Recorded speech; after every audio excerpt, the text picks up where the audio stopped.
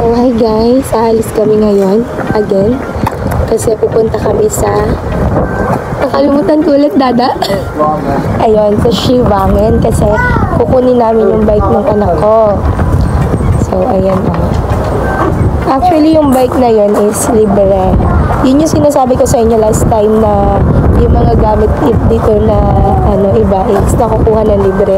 Yung may application lang na gamit kung tawagin ay feed. So, ipapakita ko sa inyo yun. So, doon, super daming libreng gamit na makukuha. Kahit buong kusina, binibigay nila mga cabinet. So, nandito kami ngayon, waiting sa subway. Anak, say hi! Yan. So, tingnan nyo naman ang mga suot namin kasi hindi naman na ganun kalamig. So, tamang jacket na lang. Pero si Clyde, syempre, kailangan ingat-ingatan kasi sinisip na ang bata. Say hi, anak. Hello. Grabe yun naman mo na. Nakakasad. Ewan ko, basta bigla na lang akong tinubuhan na madaming anik-anik sa mukha. Sana mawala din.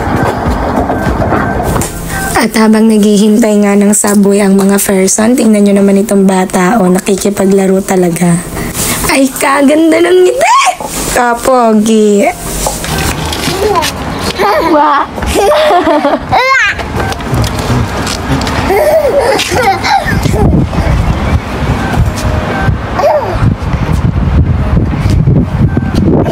Minsan kahit nakakatamad ng lumalabas pa din kami talaga kasi sobrang saya ni Clyde pag lumalabas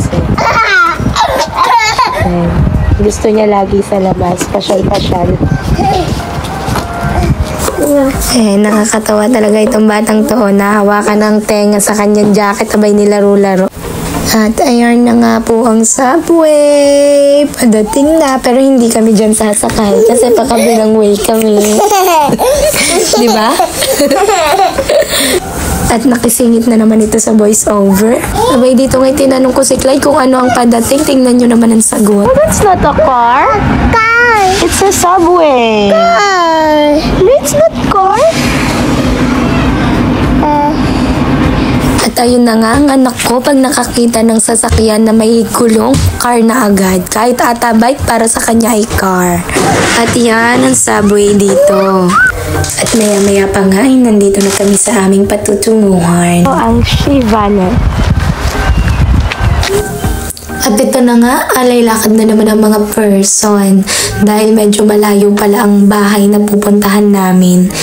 Doon sa bahay na yun, doon namin kukunin yung bike ni Clyde. So, habang naglalakad kami dito, napareminis naman ako. Para naman kasi ako nasa Pilipinas. Tingnan nyo naman, para lang umakyat ako ng bundok.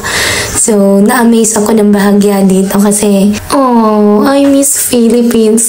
Shala, akala mo isang dekadong wala sa Pinas. At yun na nga, ba naglalakad-lakad kami dito, ang dada namin ay sige ng kwento na napuntahan at naliguan na daw nila yung anyong tubig na yan. Hindi ko kasi alam kung dagat ba yan o ilog o ano pa. Basta yan daw ay pwedeng liguan dito pag summer. Yung Shivangen ay pinupuntahan daw talaga pag summer kasi nga pwede ka maligo for free. So mamaya makikita niyo siya. Maganda rin, malawak. So ang anak ko, tingnan niyo, kamunti kang malaglag. Paano inaaya ako? Nakakita lang ng tubig. Abay gusto mag-swimming. Ano ba naman itong batang ito? Abay anak, pag tayo ay lumubog dyan, pag ahon natin baka tayo yelo na. Kalamig pa anak, huwag ka muna mag-swimming, tsaka na malapit na ang summerhan eh.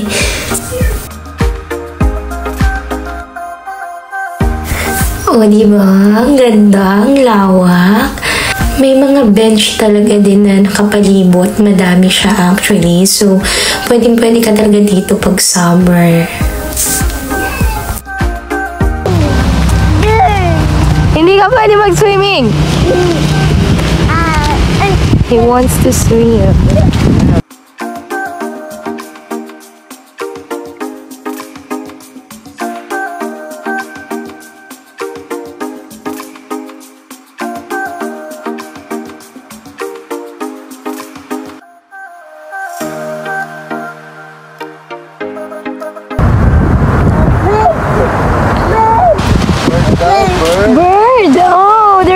bird!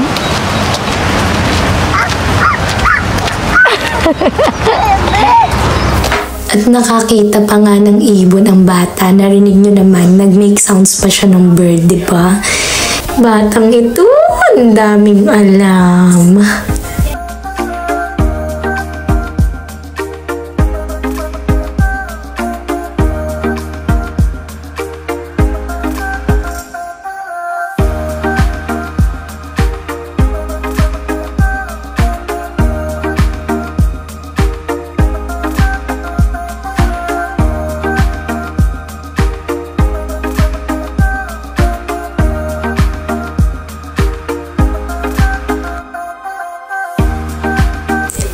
At nasa zone 30 na nga po kami. Hindi ko po alam kung ilang zone pa ang aming pupuntahan talaga. Pansin nyo ba?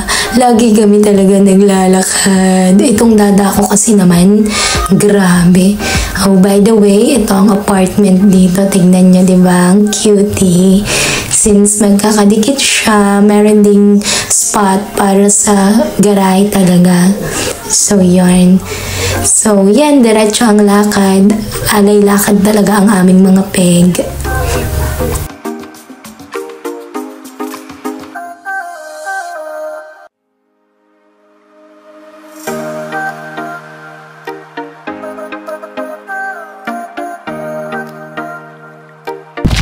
Tinanong mo ba, Dada, kung pwedeng isa lang yung kunin? Dalawa kasi yung binibigay na bike. Wala naman sinabi. Yung isa pink, yung isa white. So, alam nga kunin namin yung dalawa, isa lang yung anak namin, di ba? Dalawa kasi yung pinost ng may-ari. Ayan o, look. Isang pink, isang dirty white. Guys, sorry. Ang bangka dito, parang mini yacht. Perfect. Mukhang sasakit na naman ang ano ko dito, ang legs ko dito ah. Parang mag-hiking na naman kami. Pagpasensyahan nyo na yung boses ko, medyo ngongo kasi inaaraw na masama yung pakaramdam ko. Alam nyo, medyo malayo din talaga yung nilakad namin. Diyos ko, basta para sa anak. Susuungin ang lahat. Tingnan nyo naman.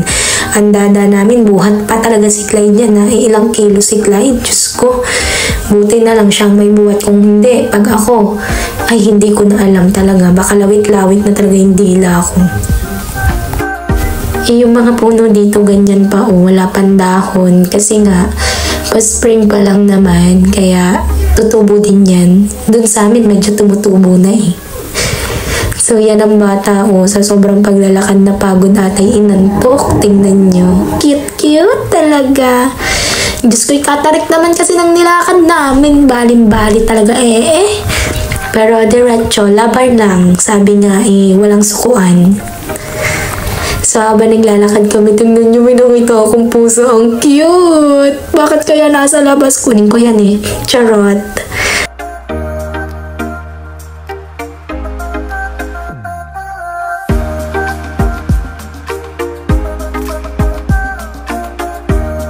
At eto na nga, the moment of truth. Baka nabudol, ano? Laylay na nilakad eh. Oh, diba yan? Dalawa yung pinamimigay pero isa lang yung kukunin namin kasi isa lang yung anak ko alam nga naman dalawa. So for the hintay nga kami sa may-ari, yan o nakita ko. Nakakatuwa dito kasi may mga gantong palaruan yung mga bata. Sana sa Pinas may ganito rin. At hindi ko na nga na-video ang conversation ng may-ari at ng asawa ko kasi nga nakakakuya, baka sabihin ng may-ari crush ko siya. Pero yun, nakuha na namin. So, naglalakad na kami dito. Kung hinahanap nyo, huwag kayong magtaka. Buhat ni Marvin si Clyde. So, ako ang may labit-labit ng bike. So, for the lakad na naman kami nito ngayon.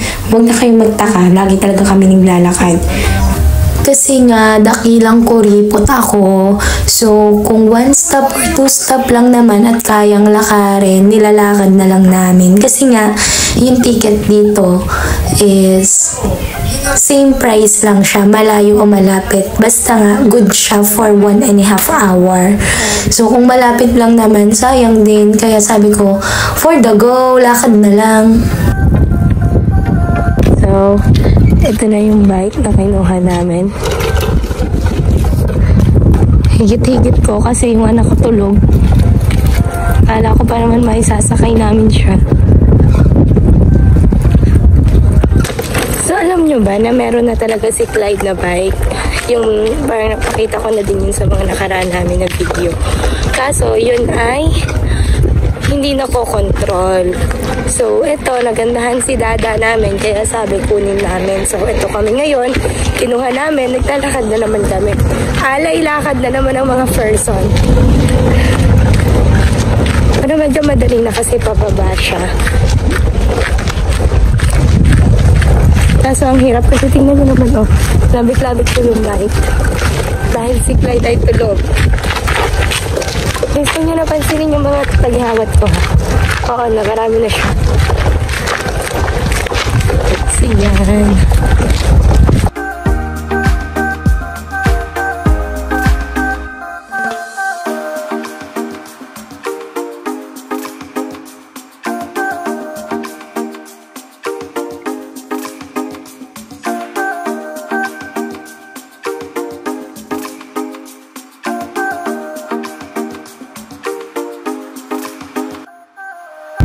So, dito nyo nakikita kung anong oras darating yung subway. So, ang destination, ang sasakyan namin ay itong 9 minutes, yung St. Olaf's Gate. So, 8 minutes pa. Wait muna kami dito. At ayun na nga, di ba sabi ko nga sa inyo kami ay may lalakad laang pauwi sana. Kaso, naawa na ang aming dada. Kasi nga, nakakaawa naman na yung itsura ni Clyde kung maglalakad kami ng pauwi na ganyan. And siya din, nakakaawa na. Ang bigat kaya ni Clyde. At rin nga palang pinupokus-pokus ko dito eh. Ayan nga pala ang bus stop nila dito. Waiting shed pala. Ngayon lang kasi ako nakakita ng ganyang waiting shed dito. Kasi nga, yung sa city or sa bayan, salamin na siya. So, civilized na nga kasi doon. So, ito, medyo makaluma pa. At ayan na nga ang subway. Padating na, sa wakas, makakauwi na rin kami.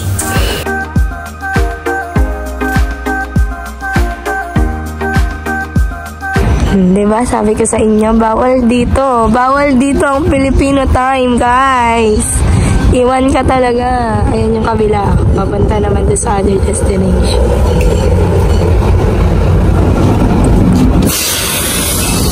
Ay, kami.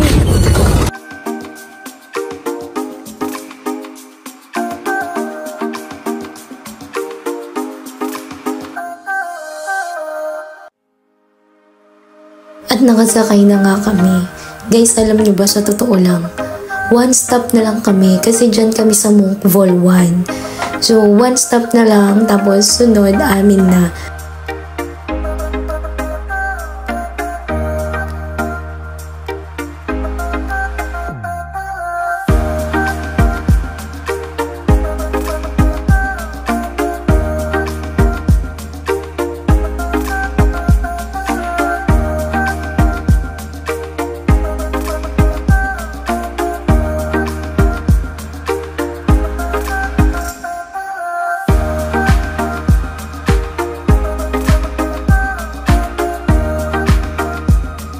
Nakababa na nga kami sa subway. So, lakad na kami pa uwi. Malapit naman na to. So, carry na. Tingnan nyo yung dalawa o nauuna na. Tulog pa rin si Clyde dyan. Actually, tingnan nyo. Medyo nagmamadali kami na nga din kasi nga, meron kaming bisita. Mamaya makikita nyo kung sino yung bisitang yun. At yung bisita na yun, Diyos ko, mahal na mahal ni Clyde yun. Halik-halikan at niyayakap-yakap niya at binabardagol niya din at the same time. So, lakad-lakad na nga kami. May nakita akong bike. Ang cute niyan. Usually, yung mga bata, nakasakay sa bike na ganyan. Meron silang parang cage. So, sabi ni Marvin, pag may bike na daw siya, at medyo malaki na si Clyde, at carry niya ng makulong. So, bibili daw siya nun. Or, maghahanap kami ng libre ulit sa Finn. So, may pinamimigay naman kasi nga. So, yung mga gamit dito na mapapakinabangan pa naman, pinopost nila dun sa application na yun. Then, may libre, meron ding binibenta. Pero kami, tumitingin lang kami lagi ng libre. Kasi, why not? Mapapakinabangan pa naman kasi talaga siya and magaganda pa. Katulad nga na sabi ko sa inyo kanina, as in buong kusina, pinamimigay nila. So, kung kaya pa ng pakinabangan, bakit hindi natin i-grab yung opportunity? Sa Pilipinas nga, walang namimigay ng ganun eh.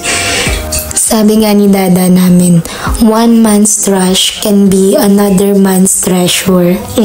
Sorry. So, kung kaya pa talaga, diba, kaysa bumili, di grab the opportunity, puntahan na lang. Minsan may mga pinamimigay din na kama, TV, lamesa, buong dining table. Pero, ang hirap doon is, ikaw yung mag-pick up talaga. So, kailangan mo ng sasakyan na may trailer. Kasi nga, mahirap naman ilagay yun kung maliit lang yung sasakyan mo. So, yeah, malapit na nga kami sa bahay at tulog pa. Pagmasdan nyo ang batuting, tulog na tulog yan, diba? Pero pagpanik namin, ayan na! Yan ang aming bisita, ang cute-cute na doggy na si Max. So, dito na magtatapos ang aming mini vlog. Salamat ulit sa pagsama sa amin. Nawa sa susunod na vlog ay sumama ulit kayo at huwag magsawang sumuport. At ayan na nga, nagbardagulan na sila. Bye-bye!